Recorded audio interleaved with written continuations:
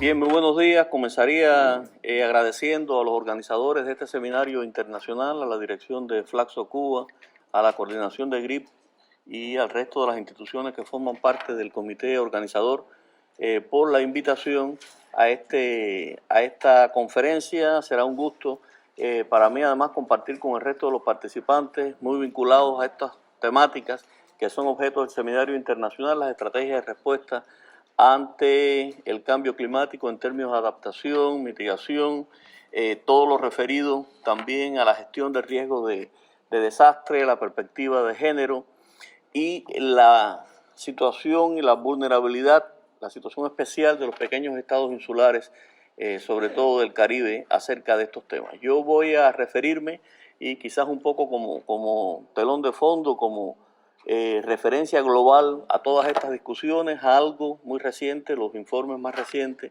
del panel intergubernamental sobre cambio climático, cuyo informe de síntesis fue aprobado en el mes de marzo de este año. Voy a referirme a algunos de los principales mensajes de este informe internacional y por supuesto que todo esto es un contexto global sumamente particular como el que estamos viviendo, un contexto en que la crisis multidimensional desde el punto de vista económico, comercial, financiero, energético, social, también coincide con una desaceleración importante de la economía mundial después de la caída abrupta que tuvo en el año 2020 con la pandemia. Bueno, sabemos que hubo una recuperación en el año 2021 desde el punto de vista productivo, aunque hay muchos países que todavía no han logrado recuperar los niveles prepandémicos, sobre todo países en desarrollo, y se ha desacelerado en sentido general desde el año 2022. Todo esto también en un ámbito comercial marcado por el proteccionismo comercial, la fragmentación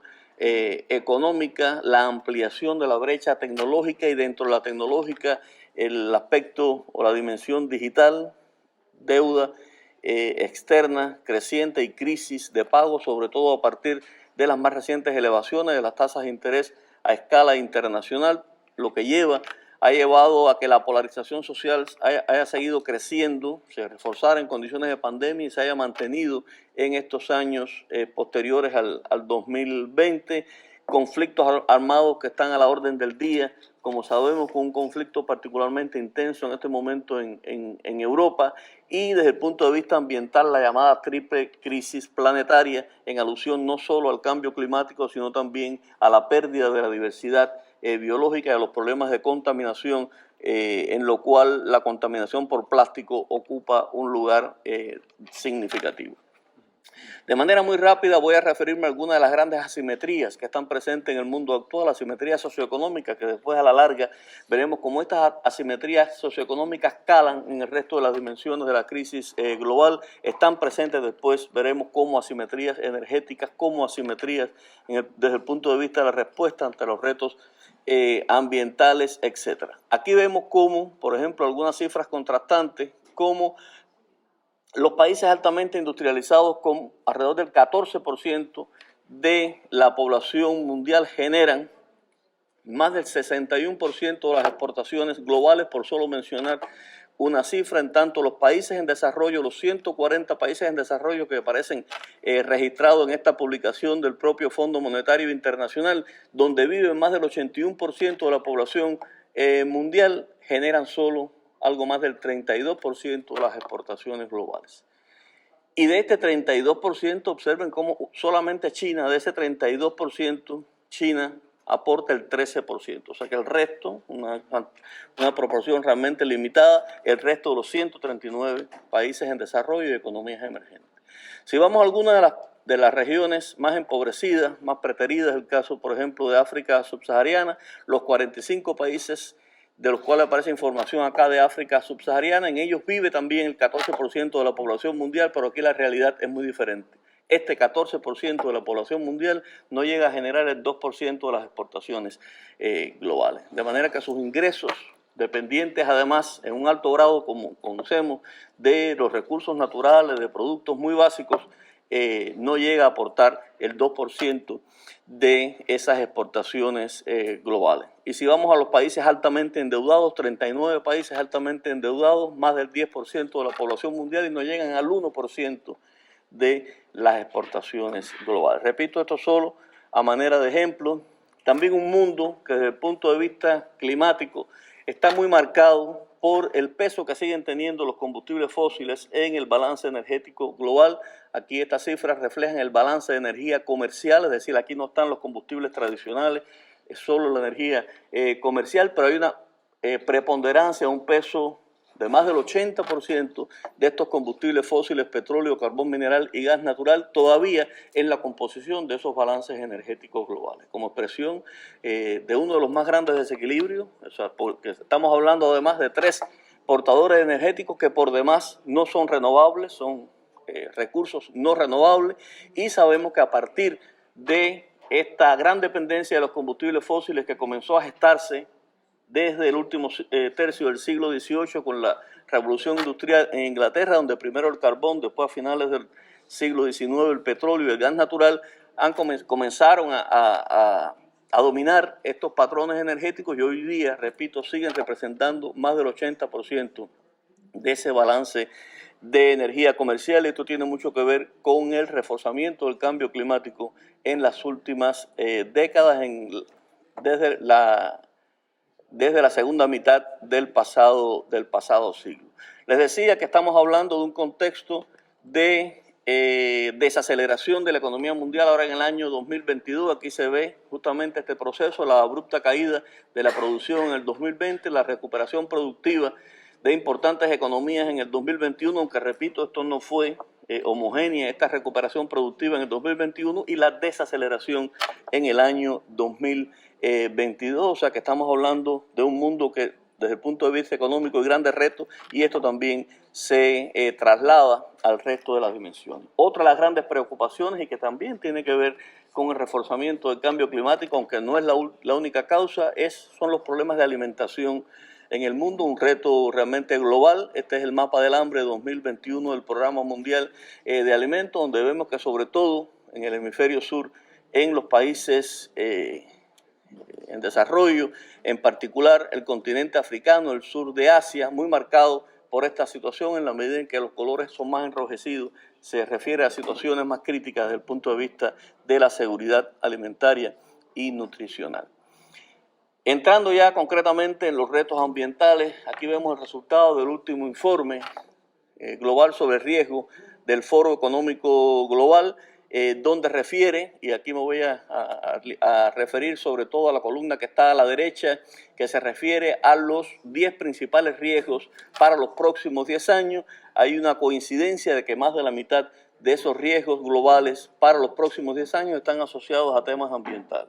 Comenzando con la posibilidad de fracaso de la acción climática en términos de mitigación, en términos de adaptación, pero también lo referido a los desastres, al tema de los desastres, que es una de las aristas importantes de este seminario, los eventos extremos, la pérdida de la biodiversidad, las crisis de los recursos naturales y en la 10ª posición, eventos ambientales de gran escala que puedan tener también importantes daños, y de esto vamos también a estar hablando en esta presentación. Ya entrando más hacia lo específico del cambio climático, vemos acá cómo estamos hablando, y en esto coincidimos en sentido general, de un desafío global que es muy importante tener en cuenta una perspectiva histórica para su análisis. No es posible solo circunscribirnos a lo que pasa con el cambio climático en las décadas más recientes, en los años más recientes. Eso sí, por supuesto que es importante, pero debemos tener en cuenta esa perspectiva histórica de retrotraernos, ir hacia la génesis, todo ese periodo de la revolución industrial en Inglaterra, toda la industrialización que tuvo lugar en el siglo XIX y desde el siglo XIX hasta nuestros días, ya que una buena parte de los gases de efecto invernadero que hoy día forman parte de las concentraciones de esos gases en las capas bajas de la atmósfera son emisiones de hace más de 100 años. Y como eso hace más de 100 años, bueno, ¿quiénes eran los países que estaban industrializándose y que estaban desarrollándose? O sea, por eso se dice, y las estadísticas, los análisis calzan muy bien esa idea que desde una perspectiva histórica los hoy países altamente desarrollados son los grandes responsables históricos de las emisiones acumuladas de gases de efecto invernadero y por tanto el reforzamiento del cambio climático. Existen importantes vínculos entre el cambio climático y otros desafíos ambientales. Hablábamos, por ejemplo, de la pérdida de diversidad biológica que se acentúa con el cambio climático, los problemas de cantidad y disponibilidad de agua dulce también se acentúan con el reforzamiento del cambio climático, así como la erosión de los suelos. En fin, hay un estrecho vínculo entre el cambio climático y todos esos grandes desafíos ambientales con graves implicaciones para el desarrollo. Toda vez que los países en desarrollo y sobre todo los más vulnerables son los que menos han contribuido en realidad a que se refuerce ese cambio climático, entonces se da esa paradoja en términos de equidad, que los más afectados están siendo más afectados aquellos que menos han contribuido a la generación y reforzamiento de este problema. La huella de carbono, que no es otra, está muy vinculada obviamente a esta preponderancia y alto peso de los combustibles fósiles en los patrones energéticos globales, representa más de la mitad de la huella ecológica mundial. Entendida esta huella ecológica mundial como el impacto adverso de la actividad humana en sentido general para el medio ambiente. Estamos en un contexto, como sabemos, de hacer todo lo posible por cumplir los objetivos de desarrollo sostenible. Aquí uno de ellos tiene que ver con el enfrentamiento al cambio climático, el objetivo de desarrollo sostenible número 13, que está a su vez, como decía, muy vinculado al resto de los ODS, y una falla, como anuncian este informe de riesgos globales. Si falla la acción climática, se comprometen necesariamente el resto de los objetivos de desarrollo sostenible. Esto es una cuestión fundamental en el análisis que estamos llevando a cabo. En todo este debate sobre cambio climático hay dos grandes aristas. Una es la arista científica, qué avances ha tenido la ciencia con relación a estos temas, y la otra que son las negociaciones políticas multilaterales. Se retroalimentan estas dos dimensiones, sin embargo hay una diferencia importante dada por el hecho de que si bien la ciencia ha avanzado de manera acelerada en la identificación de cada vez mayores evidencias con relación a la atribución del cambio climático a la actividad humana, con relación a los impactos observados y potenciales del cambio climático y con relación a las estrategias de respuesta ante el cambio climático, los procesos de negociaciones políticas multilaterales en el contexto de la Convención Marco de Naciones Unidas sobre Cambio Climático y del Acuerdo de París son procesos mucho más lentos, mucho más fragmentados, con mucho más obstáculos, y vamos a ver cómo la causa fundamental de ese lento avance tiene que ver con la falta de voluntad política de los grandes emisores, sobre todo del área desarrollada, por asumir compromisos de reducción de emisiones sustantivos en correspondencia con sus niveles de responsabilidad histórica. Dos componentes fundamentales de la respuesta ante el cambio climático, que aparecen muy bien marcados en el programa de este seminario internacional: la adaptación y la mitigación. Por supuesto que hay barreras, límites y costos a ambas, pero sin lugar a dudas que esos costos son mucho menores que la inacción en relación a la respuesta al cambio climático, y eso también está muy bien documentado en la bibliografía especializada acerca de estos temas. Dentro de la primera dimensión, que es a lo que se refiere básicamente esta presentación, que es la dimensión de la ciencia, los informes de la ciencia y la contribución del Grupo Intergubernamental de Expertos sobre Cambio Climático a esos resultados científicos, reseñarles de manera muy sintética que este sexto ciclo de evaluación, que está por concluir próximamente en el mes de julio, ha contado con 3 informes especiales del IPCC. Uno de ellos sobre el calentamiento global de 1.5 grados, que es una meta de mitigación por la que han abogado muchos los pequeños estados insulares, toda vez que se entiende que este objetivo de mitigación de 1.5 grados Celsius sería uno que permitiría evitar al menos aquellos impactos más negativos del cambio climático. No los evitaría todos obviamente, pero sí limitaría los más graves. Y repito, los pequeños estados insulares han abogado mucho por este objetivo de mitigación de 1.5 grados Celsius, que no es otra cosa que hacer todo lo posible porque el incremento de la temperatura media global en relación al periodo preindustrial, y fíjense que siempre aquí la referencia es el periodo preindustrial por la importancia que tuvo la revolución industrial como parteaguas de todos estos temas, que el incremento de la temperatura con relación a ese periodo preindustrial no supere los 1.5 grados. Ya vamos por 1.1 aproximadamente. O sea, que la ventana de oportunidad se va cerrando y se va cerrando mucho. Y este escenario implicaría grandes transformaciones institucionales, económicas, tecnológicas, en fin. Otro informe especial sobre el vínculo entre cambio climático y tierra, donde el tema alimentario es fundamental, y otro sobre océanos en un clima cambiante, también muy relevante. Estos tres informes, los tres son prioritarios para los estados insulares. En desarrollo, el tema de las tierras, sabemos que una de las características de estos pequeños estados insulares son sus limitaciones físicas y la gran competencia por el uso de la tierra que tienen. El tema de los océanos, ni hablar. Para muchos autores no debía llamarse pequeños estados insulares, sino grandes estados oceánicos, porque son estados muy pequeños que tienen una gran superficie de océanos bajo su jurisdicción que les resulta además difícil manejar.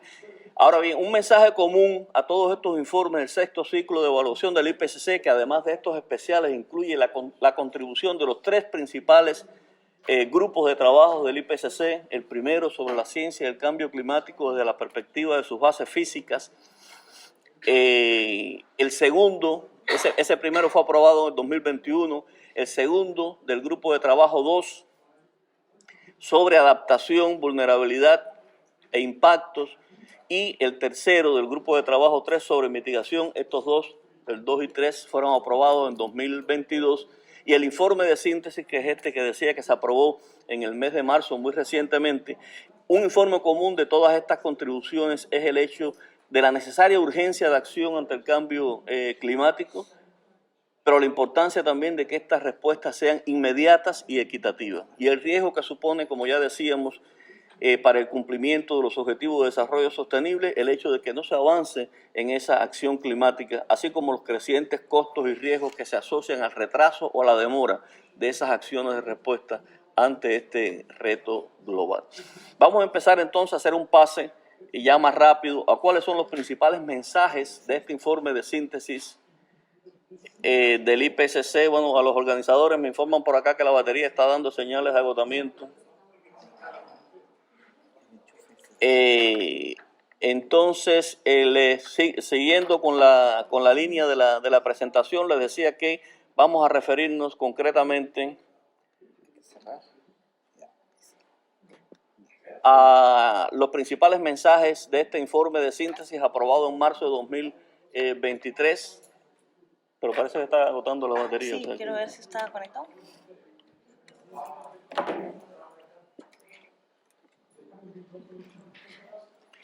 Bien, entonces les decía que ese resumen ha estado estructurado en tres secciones fundamentales: una sobre el estado actual y las tendencias, otra sección sobre cambio climático, futuros riesgos y respuestas a largo plazo, y la tercera sección sobre las respuestas a corto plazo. Y bueno, ante todo destacar que en este informe de síntesis se reconoce, por un lado, la interdependencia del clima, los ecosistemas, la biodiversidad y las sociedades humanas, el valor de las distintas formas de conocimiento. Esto es un problema fundamental que para las regiones en desarrollo tiene mucho peso en general para todas las regiones, la necesidad de reconocer debidamente el conocimiento tradicional, el conocimiento de las comunidades indígenas, el conocimiento de las comunidades locales, los estrechos vínculos entre adaptación del cambio climático, la mitigación, la salud de los ecosistemas, la salud de las personas, el bienestar humano y el desarrollo sostenible. Y bueno, algo que también es centro de este seminario, que es la creciente diversidad de actores involucrados en la acción climática. Ahora, sobre ya la primera sección de estado actual y tendencias, algunos de los principales mensajes de este informe de síntesis. Informe de síntesis porque sintetiza los resultados de los tres grupos de trabajo. Y es el centro, repito, tomé esto como referencia para la presentación. Bueno, el anuncio se hizo realidad. La amenaza se hizo realidad, se acabó la... No sé, estaba enchufado. Entonces, Tienen que ver, mira, Vamos a tomar unos minutos en lo que se restablece el sistema. En la primera de las tres secciones del informe de síntesis de este sexto ciclo de evaluación del IPCC, que era un informe de síntesis porque sintetiza de alguna manera los resultados de los tres principales grupos de trabajo. Y aquí una primera idea está referida al calentamiento observado y sus causas, y cómo las actividades humanas son las que han causado inequívocamente el calentamiento global. Como ya les decía, ya la temperatura global ha alcanzado un 1.1 grados Celsius por encima de los niveles del periodo preindustrial. Las emisiones han seguido aumentando con contribuciones históricas que son y actuales que son muy desiguales entre las distintas regiones. Y este es un gráfico, este que les traigo acá es un gráfico generado por el Grupo de Trabajo 1, que tiene mucho que ver con esta influencia de la actividad humana en el reforzamiento del cambio climático. Ustedes ven ahí que hay tres trayectorias. La trayectoria negra se refiere a las temperaturas observadas. La trayectoria azul, que está en la parte inferior, es el resultado de los modelos climáticos cuando solo se introducen factores naturales, es decir, la actividad solar, la actividad volcánica, como explicativos del cambio climático, de ese incremento de las temperaturas. Fíjense la gran diferencia que hay entre esa trayectoria azul y la negra, cuando solo son factores naturales los que se incluyen.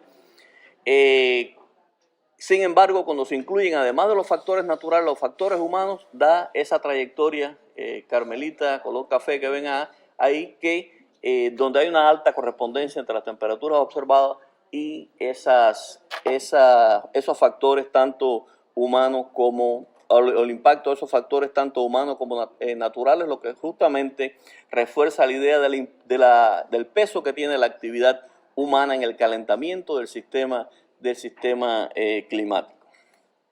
Ahora bien, otra de las ideas ya de esta sección, también relacionada con los cambios e impactos observados, es que los cambios son generalizados y rápidos en la atmósfera, el océano, la criosfera y la biosfera. Y estos son impactos observados que se han producido, y también esto ha provocado impactos adversos, también generalizados, pérdidas y daños relacionados con la naturaleza y las personas. Y aquí destaca en particular el caso, como les decía hace un rato, de las comunidades más vulnerables, que son las que históricamente menos han contribuido al cambio climático y se están viendo afectadas de manera desproporcionada. Este es uno de los gráficos de este informe de síntesis referido a los impactos adversos del cambio climático asociado a la actividad humana, cómo continúan y se intensifican en áreas tan sensibles como la disponibilidad de agua, la producción de alimentos, los temas de salud, el impacto en ciudades, asentamientos humanos, en la infraestructura, en la biodiversidad y todo un conjunto de condiciones climáticas físicas que inciden en estos problemas, como pudiera ser, por ejemplo, la sequía, los fuegos forestales, las inundaciones, el incremento de las precipitaciones intensas, el repliegue de los glaciares, la elevación del nivel del mar, la acidificación oceánica y los extremos de calor. Este es otro gráfico que tiene que ver con, sobre todo, los escenarios futuros y cómo en la misma medida en que sean escenarios de emisiones muy altas, esto por supuesto irá acompañado de incrementos también mucho mayores de las temperaturas globales.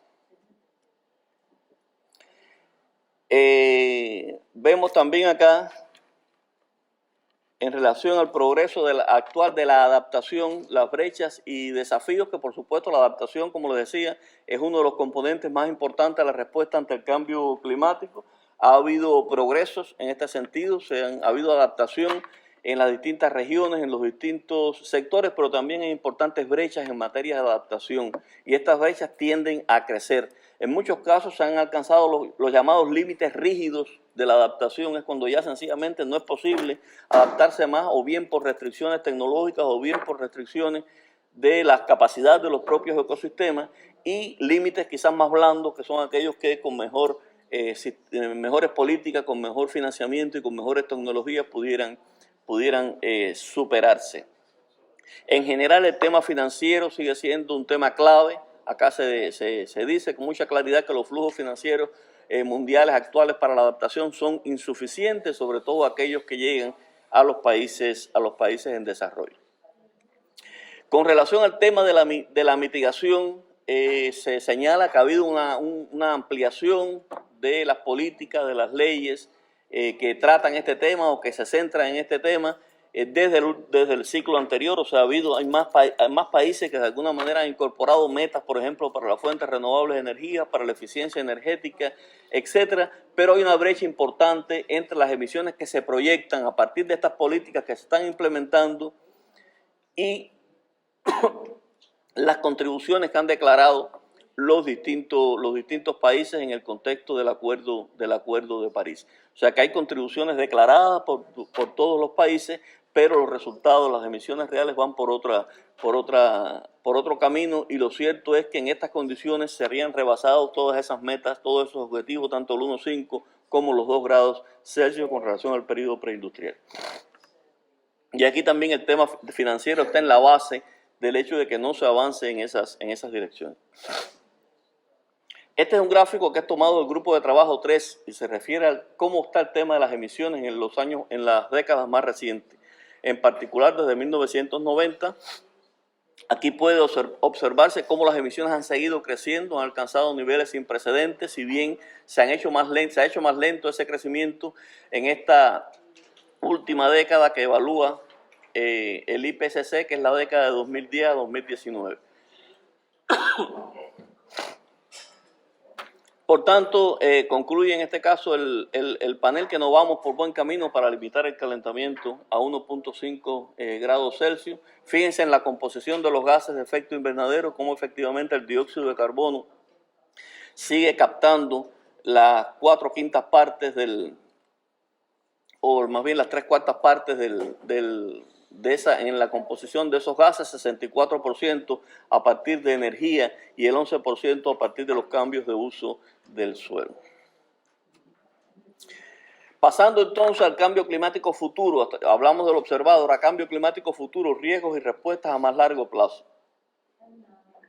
Estas emisiones continuas seguirán reforzando el calentamiento global, y esto intensificaría los peligros, los desequilibrios asociados a estos problemas, lo que apunta a la necesidad de reducciones profundas, rápidas y sostenidas de esas emisiones. Aquí también viene otro gráfico que tiene que ver con estos distintos niveles de calentamiento, 1.5, 2, 3, 4 grados Celsius, todo esto con relación al periodo preindustrial, y cómo en la medida en que aumente o que pueda aumentar este calentamiento global, esto tendría implicaciones en términos de temperatura, que es este enrojecimiento mayor que reflejan estos gráficos, o también en relación con la humedad del suelo, o también con relación a los cambios en las precipitaciones. O sea que son algunos indicadores básicos que reflejan el comportamiento que tendrían esas variables en estos distintos niveles de calentamiento. Se reforzarían en la medida en que el calentamiento sea mucho mayor. En relación con los impactos de este reto global y los riesgos relacionados con el clima, son mayores, como decía, en relación a los evaluados en el 5º informe de evaluación.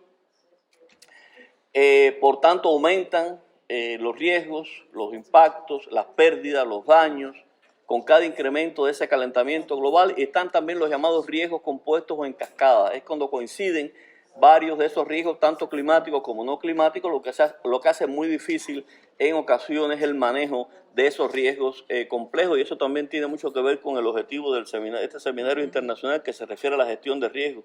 Repito, riesgos en cascada que al presentarse de manera convergente en un momento determinado resulta muy difícil de manejar. Y aquí se refiere tanto a riesgos climáticos como no climáticos.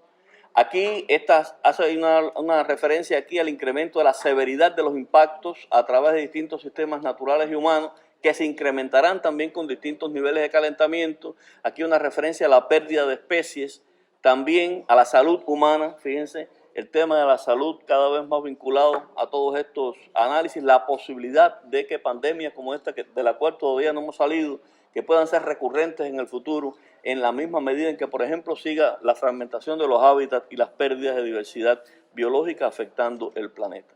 Otras implicaciones con relación a los impactos en la producción de alimentos, la reducción marcada acá, por ejemplo, ponen 2 ejemplos de los rendimientos de los cultivos de maíz, que sabemos que en América Latina es un producto agrícola básico, también de las pesquerías, y las afectaciones que esto tiene, que pueden ser mayores con mayores niveles de calentamiento global. Y cómo los riesgos van aumentando. Fíjense, este enrojecimiento mayor, aquí una comparación en el eje horizontal superior, se están comparando los cinco principales temas de preocupación que tiene el mundo. El primero de ellos, las especies únicas y amenazadas. El segundo, los eventos extremos. La tercera, cómo se distribuyen los impactos que afectan más a los más vulnerables. La cuarta, los impactos agregados que tienden a ser más negativos en la medida en que aumenta el calentamiento. Y la quinta, los efectos singulares a gran escala. Estos son los llamados efectos con poca probabilidad de que ocurran, pero de ocurrir tendrían grandes impactos y que tienden a ser mayores con el reforzamiento del cambio climático. Y fíjense que hay dos en cada uno de ellos. Repito, estoy en el eje superior, horizontal superior. En cada uno de ellos está el quinto informe y el sexto informe. Como en este sexto informe los impactos son mucho mayores y los riesgos, y esos riesgos se aprecian con la intensidad del color. En la medida en que es un color más intenso, más oscuro, por supuesto refleja un riesgo mayor. Y en la parte inferior, en el eje horizontal inferior, se está refiriendo a los riesgos en el primer panel para los sistemas terrestres, ecosistemas terrestres, y en el de la derecha para los ecosistemas oceánicos. Aparecen distintos componentes de esos ecosistemas, tanto terrestres como oceánicos, y fíjense cómo efectivamente se da un incremento de esos riesgos con niveles mayores de calentamiento global. Asimismo, los riesgos para los distintas regiones a partir de la elevación del nivel del mar, cómo pueden aumentar o se hacen mayores en situación de poca respuesta ante el cambio climático. La respuesta más bien baja o moderada se refleja con esta R minúscula. Cuando la respuesta es mayor, que es la R mayúscula, fíjense cómo el riesgo disminuye, lo que revela la importancia de las políticas en este sentido. Y bueno, asimismo se reflejan acá con relación a las distintas trayectorias socioeconómicas y de adaptación, cómo se afectan también los distintos niveles de riesgo. Cuando hay una adaptación más proactiva, por ejemplo, fíjense acá en relación con la morbilidad y la mortalidad en la parte inferior izquierda, vemos cómo en la medida en que la adaptación es proactiva se reduce el riesgo considerablemente. Igual sucede con los temas de inseguridad alimentaria. Los riesgos se reducen en la medida en que la respuesta es más proactiva, en este caso sobre todo en materia de adaptación. Acá se refiere también a la probabilidad, repito, de riesgo y cambios que son inevitables, irreversibles o abruptos, pero que pudieran verse limitados en la medida en que ocurra una reducción profunda, rápida y sostenida de esas emisiones. Aquí estos eventos de los que ya les hablaba, de baja probabilidad y altos impactos, pudiera hacerse mayor en la medida en que el calentamiento es también mayor. En relación a las opciones de adaptación, también de alguna manera lo hemos visto, cómo se ven limitadas en la misma medida en que avanza el calentamiento global, y están los temas de mala adaptación. La mala adaptación se da sobre todo cuando se trata de aplicar pautas que no corresponden. Aquí el tema local es fundamental en el tema de la adaptación. Cuando se trata, y creo que los proyectos que Flaxo ha estado operando y en buena medida el contenido también de este seminario tiene mucho que ver con eso, para la adaptación la escala local es clave. Cuando no se ajusta a los patrones de esa localidad, el plan de adaptación que estamos proponiendo, sencillamente caemos en esta mala adaptación, y esto tiene implicaciones, por supuesto, contraproducentes en todos los sentidos. Estas acciones de adaptación, por tanto, deben ser flexibles, multisectoriales, inclusivas, y tener en cuenta la perspectiva de largo plazo. Repito, este tema local muy importante. Otra de las ideas es que limitar el calentamiento global causado por el hombre requiere cero emisiones netas en un periodo relativamente corto, y bueno, se habla de mediados de siglos, en fin, a nivel global, y esto es uno de los temas más debatidos. En este momento están siendo temas de mucho debate a escala internacional. Cómo hacer esto de una manera realmente equitativa, porque esto también, repite, tengan en cuenta que esto tiene vínculos con las negociaciones internacionales, y aquí hay una intensa polémica en este momento con relación a cómo traducir en compromiso esto que de alguna manera se señala por la ciencia.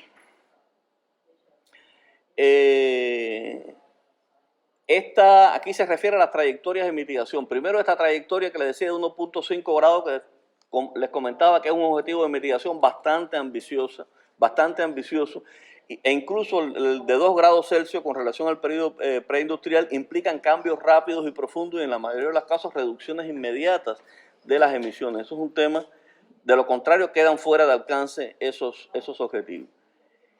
Y bueno, aquí se refieren, por ejemplo, a este gráfico recoge muy claro esa situación. Ahí se ve en la parte superior esas trayectorias que aparecen en colores enrojecidos en la parte superior. Son cómo se pudieran comportar las emisiones de continuar las políticas actuales. Y ya en la parte inferior aparece en verde la limitación, o sea, limitando las emisiones ahí para el objetivo de 2 grados y una limitación mucho mayor o una reducción mucho mayor si el objetivo de mitigación pasa a ser 1.5 grados Celsius. Eso para que tengan una idea de cuánto habría que bajar las emisiones si realmente vamos a hablar de mantener ese incremento total de la temperatura por debajo de 2 o por debajo de 1.5 grados Celsius. Y aquí, bueno, lo mismo, pero para las emisiones de CO2 solamente globales netas y en la parte inferior para el metano. Ahora, uno de los temas que también se ha discutido mucho y que forman parte del tratamiento futuro de las emisiones es el llamado sobregiro, que es cuando, por ejemplo, si estamos hablando del objetivo de 1.5 grados, que llegue un momento en que se sobrepase las emisiones que se asocian a ese objetivo o que se supere ese objetivo de mitigación y después haya que llevar a cabo una reducción mucho más rápida para volver a caer dentro del objetivo, lo que requeriría un despliegue adicional, inversiones mucho mayores y también impactos adversos, porque repito, sería continuar con las emisiones actuales y después buscar la manera de, a través de emisiones netas negativas, volver al objetivo inicial, de manera que resulta mucho más riesgoso y costoso que sencillamente hacer mayores emisiones o recorte de las emisiones en la actualidad. De manera que caemos en la necesidad de una acción climática integrada urgente, toda vez que la ventana de oportunidad, como ya les decía, se va cerrando rápidamente. De 1.5 ya llevamos 1.1 de incremento de la temperatura, y esto lleva a este concepto de desarrollo resiliente al clima, que integra la adaptación. Me recuerda bastante el título del seminario: integra la adaptación, la mitigación, el desarrollo sostenible, en fin, todos estos temas, la cooperación internacional, el tema financiero, la atención a grupos vulnerables, una gobernanza inclusiva. O sea que esas llamadas trayectorias de desarrollo resiliente al clima es muy inclusiva de todos estos temas, y esta es la imagen que utiliza el IPCC para reflejar esa inclusión. Esto sobre todo el grupo de trabajo 2 del IPCC. Y bueno, las trayectorias resilientes al clima, por supuesto, son las que aparecen en verde en la parte superior de esta imagen y contrasta con las que aparecen en la parte inferior en roja, donde por supuesto es lo contrario, ¿no? Más bien trayectorias las que están en la parte inferior de altas emisiones, de límites de adaptación, de mala adaptación, de reducción en las opciones para el desarrollo y degradación de los ecosistemas, etc. Una mitigación profunda, rápida y sostenida y la implementación de acciones aceleradas de adaptación en esta década serían un poco en lo que se traduce esta llamada necesidad de urgencia con relación a la respuesta, toda vez que las medidas de mitigación y adaptación, en la medida en que se retrasen, tendrían todo un conjunto de impactos negativos, tanto en el corto plazo como a más largo plazo.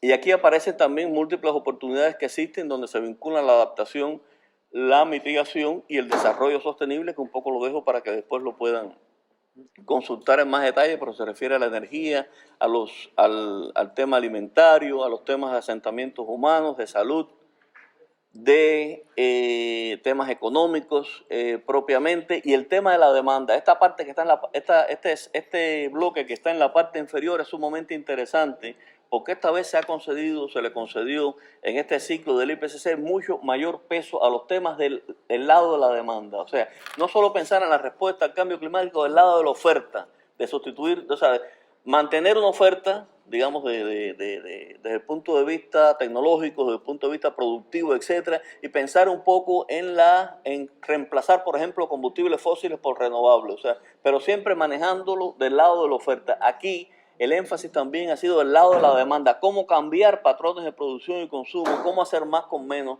cómo hacer más consumiendo menos, y se ve que hay un potencial enorme de reducción de las emisiones del lado de la demanda también, que pudieran aprovecharse. Claro, aquí hay mucho más resistencia sobre todo, pero son potencialidades que necesariamente hay que considerar, por ejemplo, del lado de los sistemas alimentarios, del lado del transporte, el sector residencial, la industria, el sector energético, etcétera. Se necesitan, por tanto, que estas transiciones sean rápidas y de gran alcance en todos los sectores, todos los sistemas. Hay opciones tecnológicas disponibles, efectivas y de relativamente bajo costo para la mitigación y la adaptación.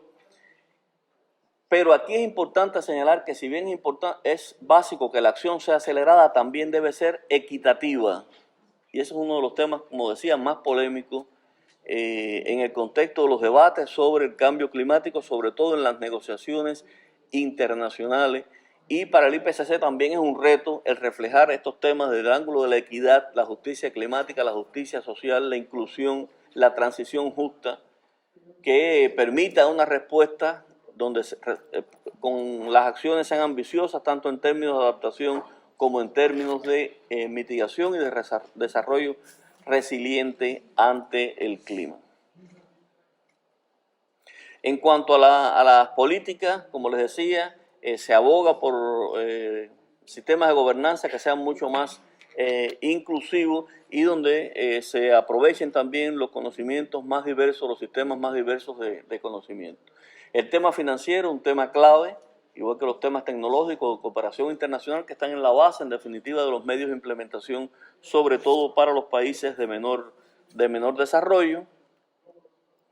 Y bueno, aquí quizás ya concluyendo la presentación, algunas lecciones derivadas del enfrentamiento al cambio climático en tiempos de pandemia y más allá. Y esto, aunque puede incluir elementos del IPCC, no se refiere propiamente a los mensajes del IPCC, sino es un cierre que estoy dando ya, incluyendo, claro está, algunos en la impronta en parte de la ciencia del IPCC, pero en sentido general esta experiencia vinculando nuevamente, repito, los impactos del cambio climático en esta coyuntura más reciente. Y recordando algunas cosas que ya hemos dicho de alguna manera en la presentación. Primero, la necesaria perspectiva histórica en la búsqueda e implementación de acciones de respuesta. Aquí el principio de las responsabilidades comunes pero diferenciadas y la equidad es fundamental. Y eso es básico, sobre todo, repito, para las negociaciones y los debates internacionales. El principio de las responsabilidades comunes pero diferenciadas aparece refrendado en la Declaración de Principios de Río en el año 1992. Es uno de los 27 principios de la Declaración de Río. Los países en desarrollo utilizan, de hecho, mucho este principio, o se basan mucho en este principio para defender sus posiciones, pero los países desarrollados, todo lo contrario, buscan la manera a toda costa de que este principio no quede, de ser posible en los textos de negociación, sacarlo de los textos de negociación, y tiene mucho que ver con el sentido de ese principio, donde se destacan que las responsabilidades son comunes porque es un reto global, pero son diferenciadas porque cada uno debe asumir la parte que le toca en función de lo que ha contribuido a la generación del problema. Y es ahí donde se genera la dificultad para esos grupos de países o los principales emisores históricos para aceptar esa realidad. El segundo tema son los llamados medios de implementación, financiamiento y tecnología. Sin estos dos componentes, para empezar, les resulta extremadamente difícil a los países en desarrollo realmente avanzar por la vía de la sostenibilidad y de la respuesta efectiva al cambio climático. Si bien el concepto de desarrollo sostenible dice satisfacer, o sea, las necesidades de las futuras generaciones o trabajar por satisfacer la necesidad de las futuras generaciones como expresión de la equidad intergeneracional, hay que tener en cuenta también la equidad intrageneracional. Y para muchos es muy difícil, y para muchos, sobre todo en países en desarrollo, esas comunidades pobres, esas comunidades vulnerables, es muy difícil pensar en la satisfacción de las necesidades de las futuras generaciones cuando las necesidades propias están lejos de ser satisfechas. Entonces es una realidad que si no se cubre, estamos hablando, son palabras vacías, ¿no? El tercer tema es el tema de las capacidades. para enfrentar emergencias de esta naturaleza. Bueno, si algo demostró esta combinación de cambio climático reforzado y pandemia es que el mundo, incluso el mundo desarrollado, no tenía suficientes capacidades o no tuvo en su momento suficientes capacidades para responder de manera efectiva e inmediata a esas situaciones, aunque después a la larga está claro que los países desarrollados han logrado recuperarse al menos productivamente con mayor celeridad a partir de su potencial productivo, financiero y tecnológico. En cuarto lugar, el papel de la ciencia. Se ha revalorizado el papel de la ciencia, el insumo de la ciencia en la toma de decisiones. Creo que en eso, en el país incluso hay un movimiento importante en esa dirección, mayores procesos de consulta a los académicos, a la ciencia, desde todas las perspectivas, y eso es una lección y un mensaje importante que ha quedado de todo este proceso.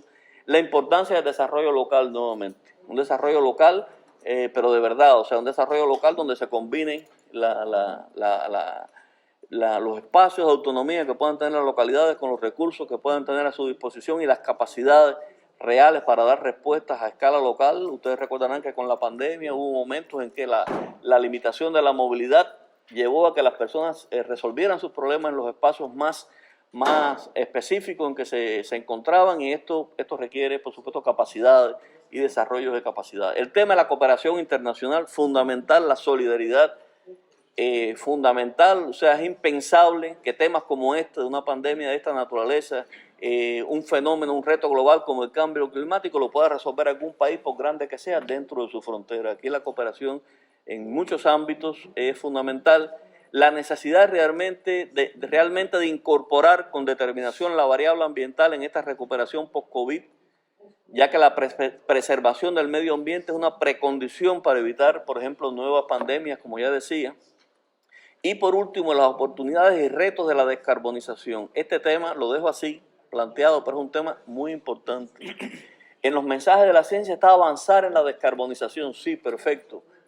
Pero ahí nuevamente los temas de equidad son fundamentales, porque los países que se retrasen en ese proceso de descarbonización y que en muchos casos se van a retrasar por limitaciones financieras y tecnológicas, esos países no solo van a tener el problema de que no lograron avanzar en descarbonizarse, sino además de que se van a encontrar un mundo donde va a ser mucho más proteccionista, porque va a haber protecciones por el contenido y ya están existiendo mayor proteccionismo por el contenido de carbono de los productos, barreras a la entrada por el contenido de carbono de los productos y servicios, porque eso puede incluir hasta el tema del turismo, un turismo más con mayor contenido de carbono en su diseño, en su funcionamiento, etcétera, puede resultar mucho menos atractivo para en el futuro.